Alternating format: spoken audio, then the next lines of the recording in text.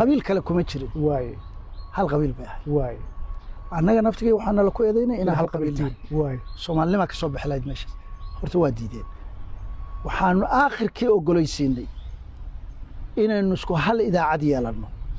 oo meeshii radio kulmis aanu kala ahayn yaan idaacaddii magaceedii bedelay waxaanu ka dhignay radio halgan waan ka dhignay radio halgan kaasay ogolaadeen wixii kale waa diideen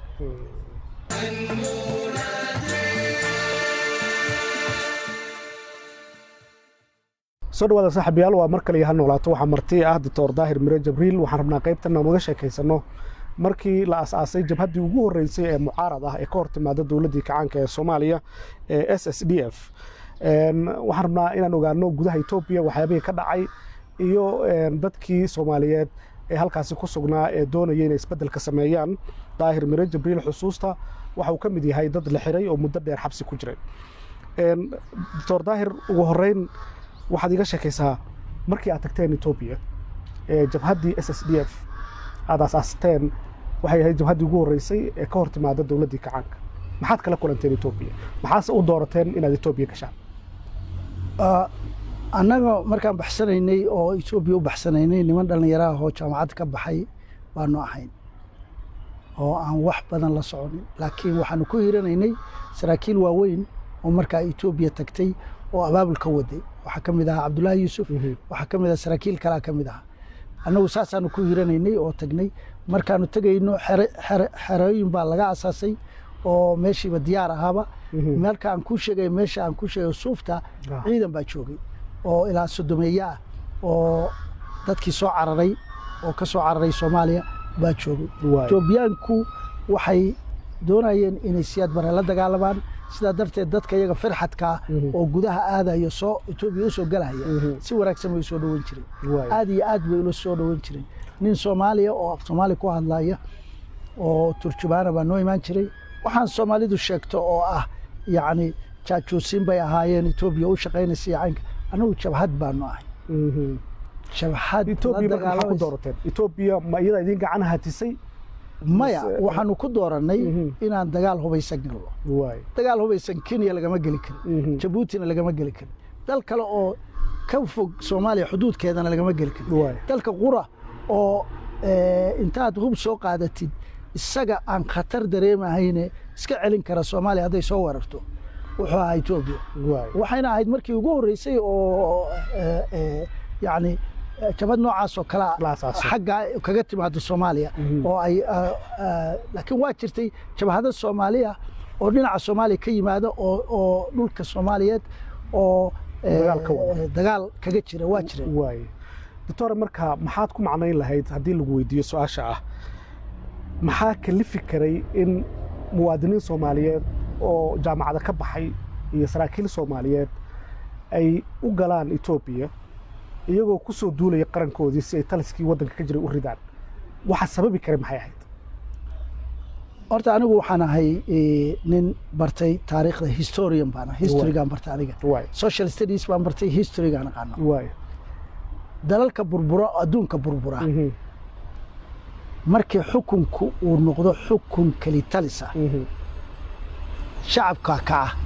shacabka markii uu kacana xukunka kaliga taliska ah waa la yaa shacabka ama waa torture gareeya qofka hadii la dilo walaalkiis wuu cararaya meeshu aadi karo cararaya hadii waad aragtid waxa anigu soo arkay waa carari lahayd waxa Soomaali iyo dalal badan oo adduunka ka jirana waxa weeye inta badan waqtigaas ma jirin nidaamkan hadda Facebooka iyo Twitterka ah oo communicationka qofka kale waxa lagu sameeynayo ama dibka loo geysanayo dadka oo dhan wada arki karo ma jirin hadii lagu torture gareeyo iyo hadii lagu jiro waa wax adiga ku jira dhaqan Soomaaliyeed oo xunna waa jira oo hadii qabiil kale ama dad kale la cadaadinayo oo laga gardaran yahay oo xaq darro lagu sameeynayo oo la xumaynayo Soomaalidu waxay leedahay tendency ah inay ama ku farxaan ama ayan waxba reaction ah ayna ka sameeyeen annaga dhacdada aan kuu sheegay oo walaalkay cabdiraxmaan macali bashiir aan kuu sheegay oo savage ah oo adduunka waxa ka dhaca ugu xun oo aan la samaynin ugu xun waxaa laga yaabaa qof Soomaali ah oo ka warqaba inaanu jirin aniga ma ahane ama dadkii kale oo ay ku dhaceen ma ahan ya marka dhibaato idin gaaraysaad ka carraysay anaga marka runta loo hadlo waxaana la ku sameeyay clan cleansing wax la yiraahdo dad dhowr oo dawladda siyaad bare ka tirsan waa jireen laakiin dadka caam ahaan dhib weyn baa loo geystay barkadaa la gubay dadkii baa la baabi'iyay waxbaa la sumeeyay dad baa la torture gareeyay dad baa lagu shabaxtamay Soomaalidu arrintaas dhacaysa kama dhiidin laakiin markii dabkii soo gaaray Soomaaliland baa ka dhiiday markii dabkii soo gaaray waxa ka dhiidiyay USC baa ka dhiiday markii dabkii soo gaaray kuwii annaga nalaha dalkoodii bay ku soo duuleen baa kulligood say u dhamaayeen way waxay imaadeen idin wadaar Ethiopia yimaadeen waay waxaa yimid USC oo South-ka dhan ka tirsanayd waxaa yimid SNM oo waqooyiga dhan ka tirsanayd waxaa yimid kuwii gobolada yada anaga ka yimid kulligood waxaa yimid gobolada South-ka Kismaayo iyo kuwii ka socday baa yimid waxaa yimid kuwii jabhadaha ahaan jiro siyaad bare uu inta hubeeyey uu rabay inuu Ethiopia kula dagaalamo iyagoo jabhad siyaad bare ka soo horjeeda bay xaga ka soo jeesteen oo yimaadeen oo Axmed Cumar Jees baa kamid ah waay Ethiopia markaa in la galo oo la garabsado maxay waa natural waxa weeye natiijada aad ka filayseen maxay ahayd waxay ahayd natiijadan ka filaynay kow in dawladda ka jirta Soomaaliya ay xukunka isaga tagto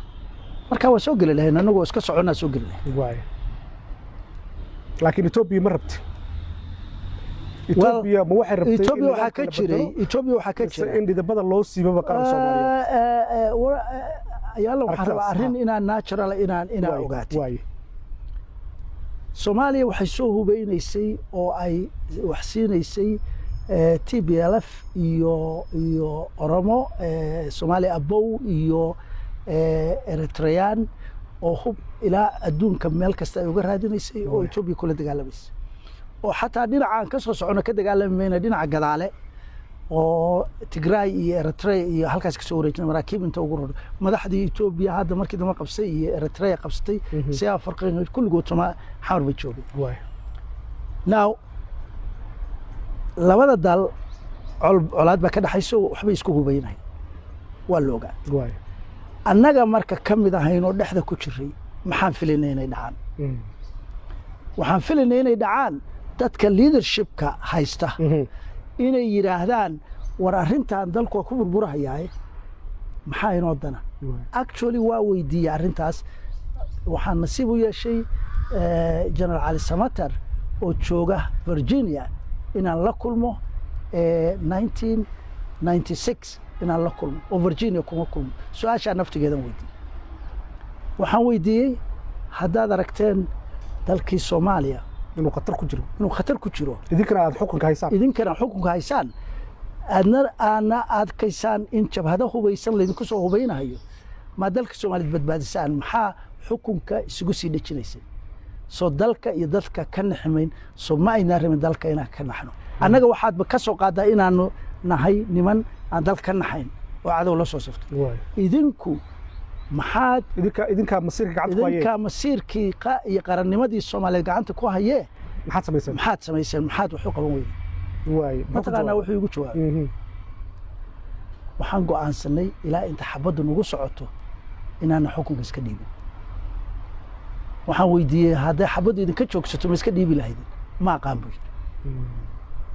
ninka Ali Samatar wuxuu ahaa nin run sheegaya oo arrinta runtu ka sheegay waay in la isla gaaro meesha ugu dambayso haddeeraan kuu sheegaya kuwa waxaa jira ku fakaraya in la isla gaaro meesha ugu dambaysa oo nin madaxweynaha oo mucaaradka ku eedeynaya inay tanaasulaan asagina waay masiirkana asiga gacanta ku haya waaye SSDF gudaha markaad gasheen waxaa idinku soo xigay jabhaddii la dhihi jiray SNM iyo SSDF maxay u midoobi waayeen ayaan le very good question way awal horena waa ka hadla arrintaas waay anagu SNM waxaan u fargaraynay inay madaxtinimada jabhadaha iyagu qaataan waana joogaan raggii arrinta ka mid ahaa kan madaxda hadda ka ah Musabixi baa ka mid ahaa Silaanya ka mid ahaa waxaan nool oo jooga Xasan Ciise Jaamac baa jooga waxaan u fargaraynay qaata maxaan ku yiraahdaa hoggaanka idinku qaata waxa laala waxaan haysano iyagu waxa ma haysan 1982-83 bay soo galeen meesha laakiin anagu hub iyo ciidan iyo saad iyo lacag inta badan aan Liibiya kala nimid baanu haysan wax badanna waa ka siinay waxaas xataa operationskii qaar baan la galay anigu waxaan ku jiray guddigii marka loo saaray Dirdhabe midnimada inay ka shaqeeyaan hadal kooban baan kuugu sheegayaa waxay nagu yiraahdeen waxay yiraahdeen waryaara waxaanu saxaynaa wax 60kii qalloocday oo ah sidii aan u midownay baan diidana iyagoo markaas hal qabiil ah oo SNM qabiil kale kuma jirin hal qabiil bay ahayd annaga naftigay waxaana la ku eedaynay inaan hal qabiil tahay Soomaalnima ka soo baxlayd meesha horta waa diideen waxaanu aakhirkii ogolaysiinay inaynu isku hal idaacad yeelano oo meeshii radio kulmis aanu kala ahayn yaan idaacaddii magaceedii bedelay waxaanu ka dhignay radio halgan baan ka dhignay radio halgan kaasay ogolaadeen wixii kale waa diideen nimanka hadda jooga oo SNM oo goosashada riixaya ma ahayn niman hadda ay ku dhalatay waxay ahaayeen niman ilaa iyo jabhadihii ka hor iyo waqtigii jabhadaha go'aankoodu ahaa in ay waddan kala gooyaan waa ogtahay 1961 waxa weeye inqilaabkii ugu horreeyay oo isku daygaa baa ka dhacay oo Xasan Kayd uu hogaaminayay doctor markii gudaha aad ku jirteen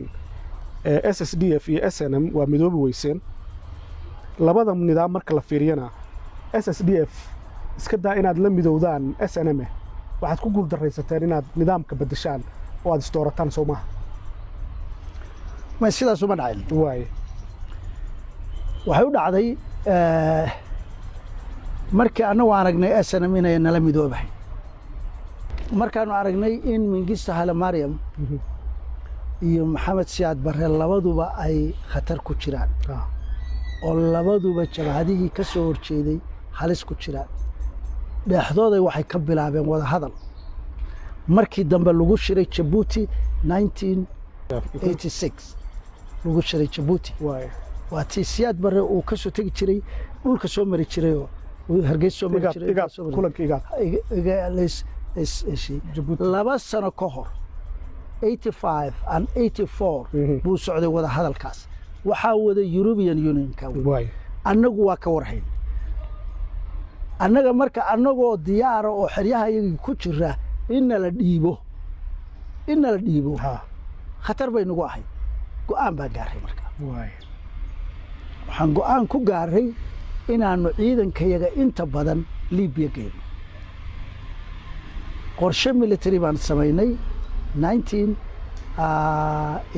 1984 baan qorshe military samaynay qorshaha militarina wuxuu ahaa inaanu 10,000 oo ciidankayaga geyno Liibiya kuna qarino inaanu tababar geynayno Liibiya aan tagnay waa kala heshiin arrinta qorshe wuxuu ahaa inaanu Hiiraan iyo Mudug iyo Bakool inaanu soo weeraro oo ciidan kooban ku soo weeraro dabeetana annagoo ciidamo maraakiib saaran oo 10,000 noo diyaarsan yihiin oo xamarna ciidamadii laga soo qaaday oo ay furinta jiraan oo haystaan inaanu furimaha ka soo weerarayno Soomaaliya inaanu xamar sidaa ku qabsano xeebaha soo degtaan xeebaha inta ka soo degno aan halka qabsano horta qorshahaas aanu samaysan qorshahaas Etoobiyaanka waa ka qarinay waa ka qarsan maxay tahay sababtu waxa weeye ma ogolayn Siyaad Barre wada hadal u socday marka qorshaha isaga ah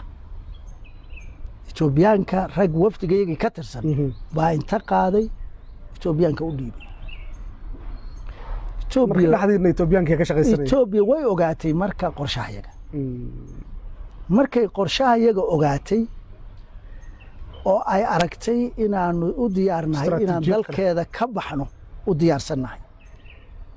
waxay go'aansatay cabdullaahi yuusuf inay dilaan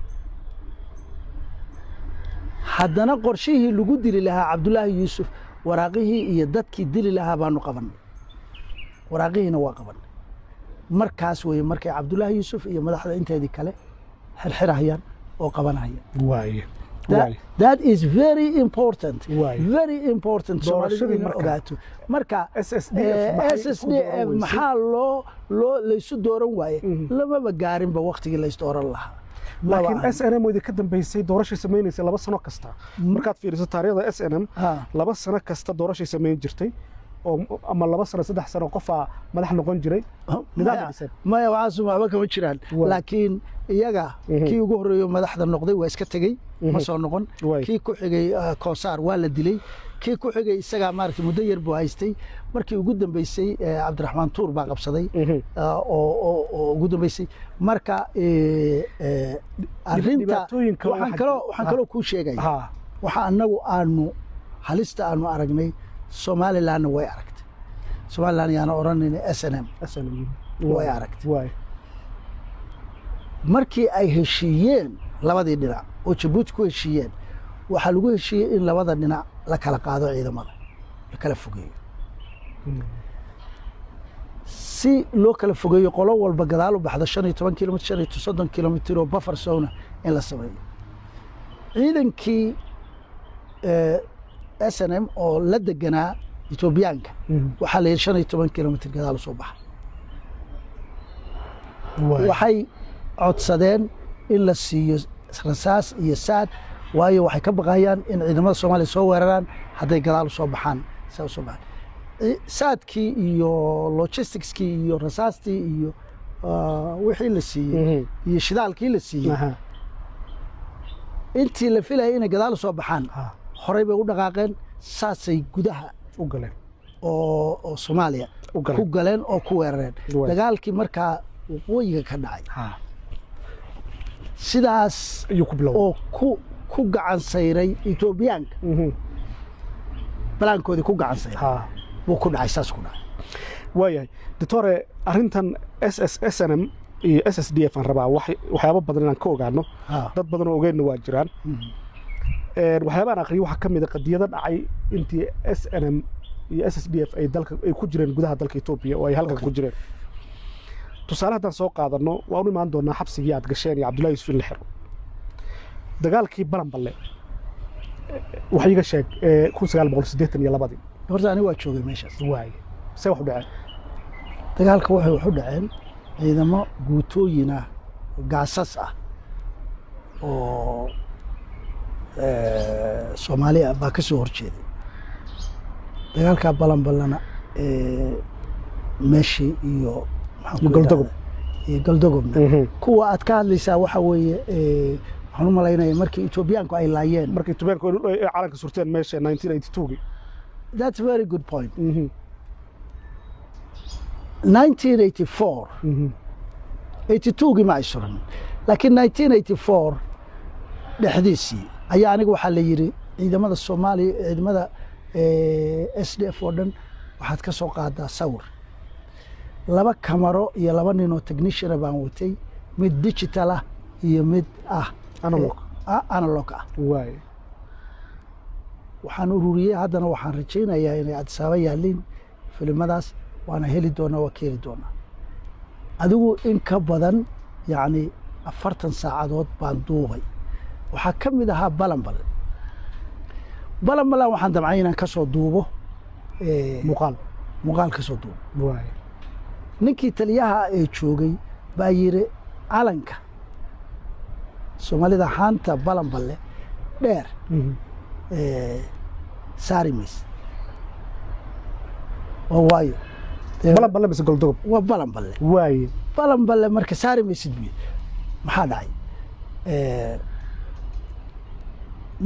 markuu diiday oo arrintii aan garan weynay baa ninkii taliyaha loo yeeray ninkii taliyahana wuxuu yiri meeshan Etoobiyaan baa iskale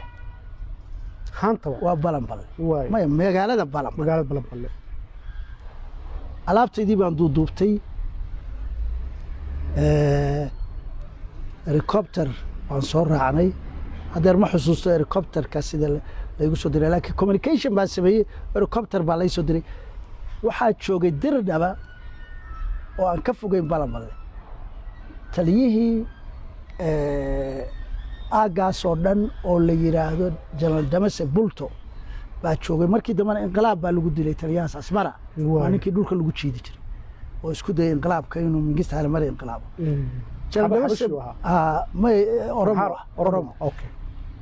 General Damase Bulto wuxuu sameeyey helicopter buu soo diray waa uu imid wixii baan u sheegay generaal buu igu soo diray balan ku soo noqonay calankii baan saaray meeshii filinkii baan ka soo qaaday I hope filinkaas waa yaallaa adsaw yaallaa waa ka helaynaa maalin maalmaha ka midna waa soo maxay marka ujeedka kala hayd inaad calanka meesha la saaro sawir aad ka qaadaan reasonku waxaan kabar garaynaynaa horta historyga jabhadda oo dhan laakiin yacni in Etoobiyaanka ciidankiisu yidhaahdaan magaalada balanballe ma lihidin waxay ahayd arrin ka soo horjeeda annaga qadiyaddayada oo keeni karta xataa ciidanka iyagu inaanu meesha ku sii dagaalami karin oo si joogi karin keeni karta waayo ciidanka iyagu Etoobiya u dagaalamayeen Soomaaliya u dagaalamayeen Soomaali yacni degmo ka tirsanna Etoobiya calankeeda saaranaysa annaga nagama suurtagelin mana saaran karin marka balanballe haddii sawir laga qaadayo ciidamada Etoobiyaan ay joogaan aw ciidankii iska lahaayee Soomaalida ahaayee xuduud ilaalinay anaga ka saaray kuwaas waa kuwa anaga ka saaray weeye waa iska soo horjeednaa annagu idinka ka saarteen see nin xabashiidin dhigi karaa calan masuri kartaan balanballe de waa waxaan ka dagaalanay weeye soo maaha nin xabashi inaanu oran karin waa nala safan kartaa saaxiib waa noqon karaa laakiin calanka iyagaan suranaynaa meesha ma yeeli karo de markii dambana 1985 84 baa markaas 85 iyagaaba yiriba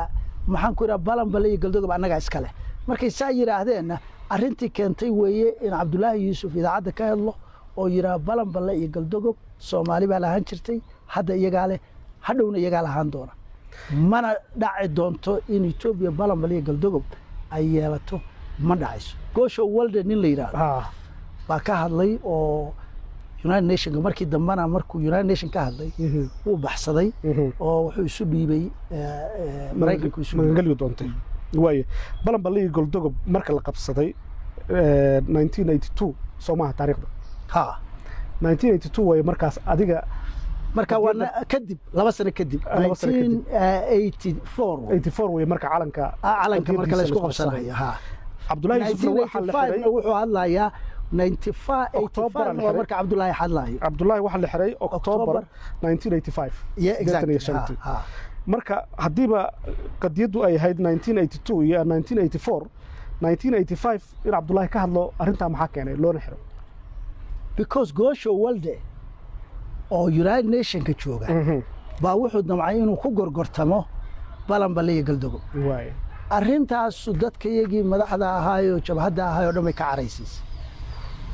dabeeto Cabdullaahi Yuusuf wuxuu go'aansaday inuu si toos ah u beeniyo arrintaas markuu beeniyey Mengistu Haile Mariam u yeeray wuxuu yiri annaga saaxiib ee weyn maysan kari lahayn maxaad u hadashay idaacadda uga hadashay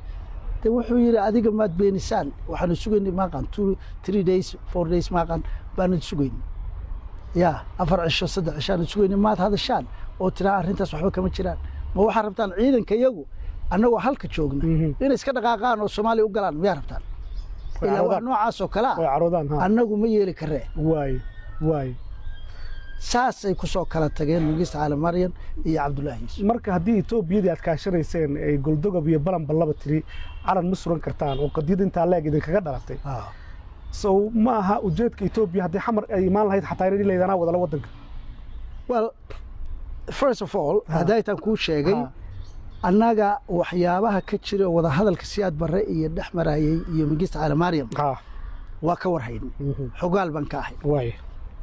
wuxuuna soo bilowday 1984 horaantiisii buu bilowday marka aan hadlayno arrintana waa October 85 marka wada hadalkaasoo jira annagu anigii kuu sheegayoo already Mengistu Haile Mariam waa ka warqabaa inaanu ka diyaar garownay inaanu dal ka baxno wuu og yahay laakiin annagu ma rabin inaanu ciidankayaga iska soo logayno annagoo saraqsanayna Soomaaliya inaanu soo gallo options kalaanu diyaarsanay annagu optionskiina Mengistu loo geeyay oo la tusay si waxaanu rabno sababta dagaalku noogu socday sababta ay iyagu u degdegeen oo u yiraahdeen balanbal iyo galdadood waa ku gorgortamayna waxay ahayd inay annaga naga aamin baxeen doctor waxaan akhriyay in wakiilkii SSDF ee Djibouti Maxamed Umad la dilay 1982 arinta maxaa sababay I think xukunkii markaa jiray oo Djibouti intelligence-kiisa iyo intelligence-kii Soomaalida baa iska kaashaday oo dilay lacag badanna waa lagu kala qaatay wuxuuna ahaa nin Soomaali ah oo aqoonta ugu faraha badan leh Soomaalida dadka markaa joogay dadka ugu aqoon badan ugu ciimsan ugu fiican buu ah iyadoo lagu eedeynayo SSDF baa tahay ayaa ninkaas shirqool loo sameeyay waa la dilay say u dhacay dilkiisu wuxuu dhacay dilkiisu isaga oo meel maraya inta lala soo wareegay baa 5 xabadood lagu dhuftay maalin dharaar harkii ah gudaha Djibouti waaye doctor waxa kale oo jirta 1983 Cabdiraxmaan Caydiid nin la yiraahdo iyo nin la yiraahdo Iikar Xaaji Maxamed Xuseen ayaa iyana la dilay oo labadaba ka mid ahaa SSDF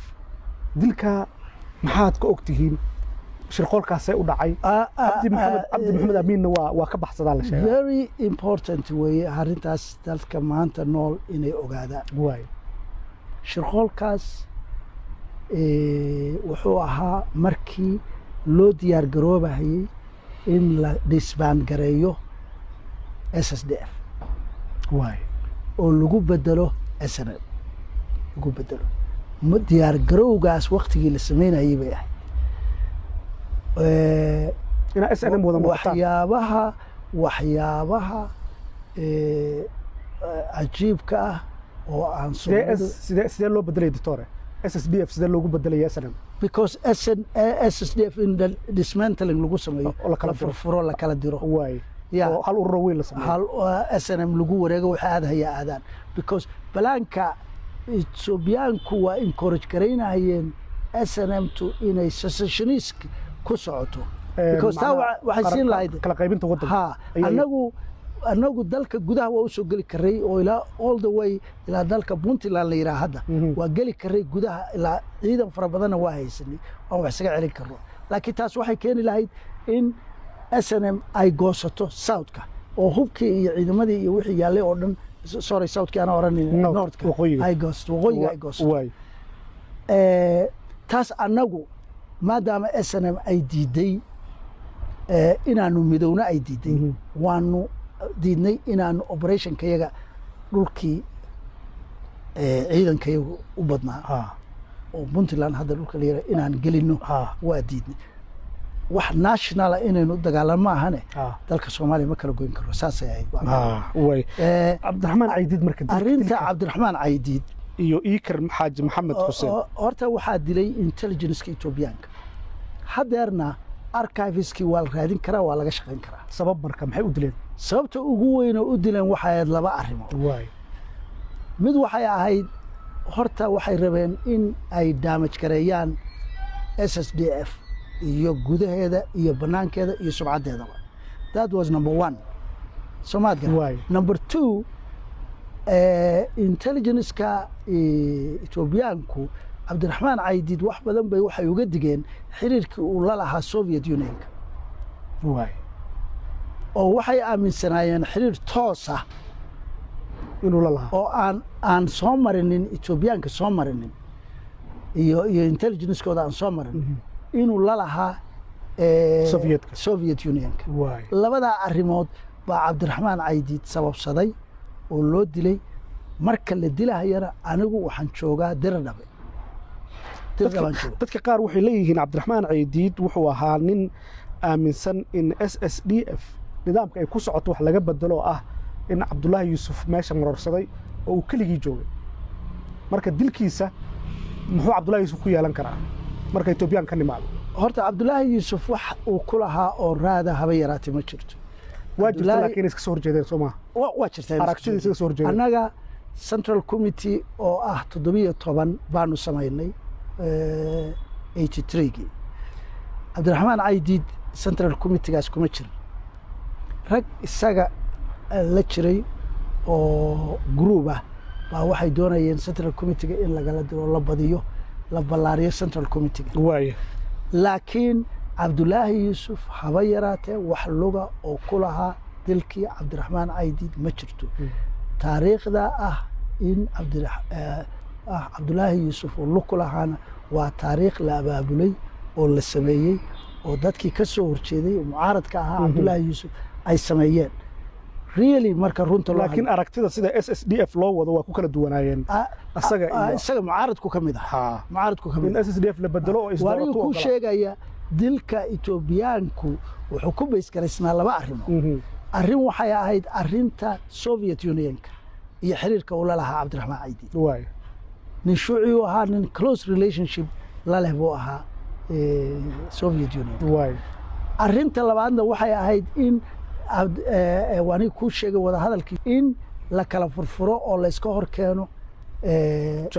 jabhadda SSDF lana xoojiyo SNM that was the main reason isku kuwaasay ahayd waaye doctor marka jabhadda SSDF intii ay jirtay ma jirtay inaad wafdi u dirtaan Israa'iil ma marka ka hor weeye marka ka hor waxa weeye annaga SSDF intaas Sodaf qolo la yiraahdo jirtay waaye oo saraakiil ahayd oo lagu soo tababaray Israa'iil lagu soo tababaray yaa hogaaminay ragga siyaasad ka mid ah ragga magacyadooda ma kala aqaan laakiin nin korneyl oo markii dambe ku dhintay qabri daare ku dhintay oo ciidanka SDF-ta madax u ahaa Maxamed Cabdi Gaawido looran jiray meeqay ahaayeen ragga marka Israa'iil ay soo tababartay asigii inay 7 ahaayeen waay inay 7 ahaayeen waqtigaas waxay ahayd intaan SDF la samaynin Sodaf baa la oran jiray I think it was 1987 meelahaas ay ahayd waan u malaynay 86 87 waay laakiin ma jirin SSDF markii la sameeyay in wafdi loo diray Israa'iil there is two things aan ku sheegay Israa'iilna lama xirin shuucina ma nahay anagu wadaniyiin baan wadamadii Carabta ee ka soo horjeeday kacaanka waxa ka mid ah iyo Liibiya labada wadan waxa la sheegay inay hub iyo saarad xoog leh siiyeen ma jirta SSDF ahaan nimanka la yiraahdo Yamaniyiintu connection bay noo sameeyeen Liibiya connection loogu sameeyay dad faqiir ahaayeen waxa ma haysan ninka wax fara badan siiyay oo taangiyana siiyay urur taangiyala iyo urur shilkayaala iyo urur beebeeya iyo urur maxaan ku yiraahdaa BM iyo maxaan ku yiraahdaa lacag iyo adduun waxa uu siiyay dalka Soomaaliya oo dhan ma ku qabsan kari lahaa waaye maxaa ugu qabsan weydeen tawal Ethiopia jabhadii baa iyadoo wixii markaan isku urursano diyaarnahay 15 kun oo ciidan ahaysimo waa la burburiyay baash waaye xabsiga ayaa leedin dhigay adiga iyo Cabdullaahi Yuusuf bal iga sheekay taariikhda waxa kalifay in leedin xiro iyo sida leedin xiray horta sheekada sidaan ku soo sheegay mar hore soo bilaabay 1984 bay soo bilaabatay waxayna aad xiriir ula lahayd heshiiskii dhex marayay Siyaad Barre iyo Mengistu Hayle Mariam oo inuu annaga naxiro Mengistu Hayle Mariam laba danood oo waaweyn baa ugu jiray waa mare qorshahayagii buu burburinayay SSDF aan wadanay uu meesha ka saarayo burburinayay isla markaasna SNM oo rabay dalka inay kala goyso buu taageeray waa mar labaadkee wuxuu Siyaad Barre u buruuf gareynayay inuu daacad ka yahay inuu la heshiiyo inuu daacad ka yahay marka uu kula shirahayo Djibouti Cabdullaahi Yuusuf waa xiran yahay already it was fair marka sax bay ahayd inuu yiraahdo